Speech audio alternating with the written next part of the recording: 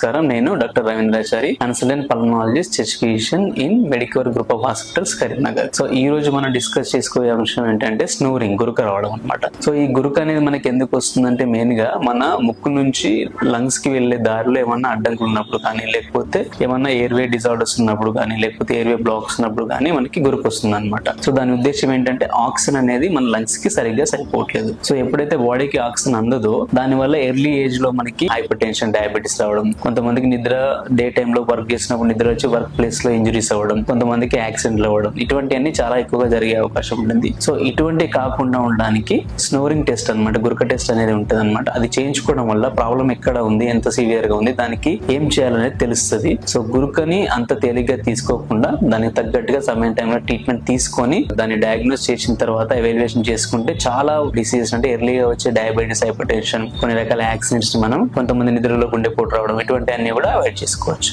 So దానికోసం medical hospital visit చేసి గురక test చేయించుకొని సరైన టైంలో సరైన చికిత్స తీసుకోండి. Thank you.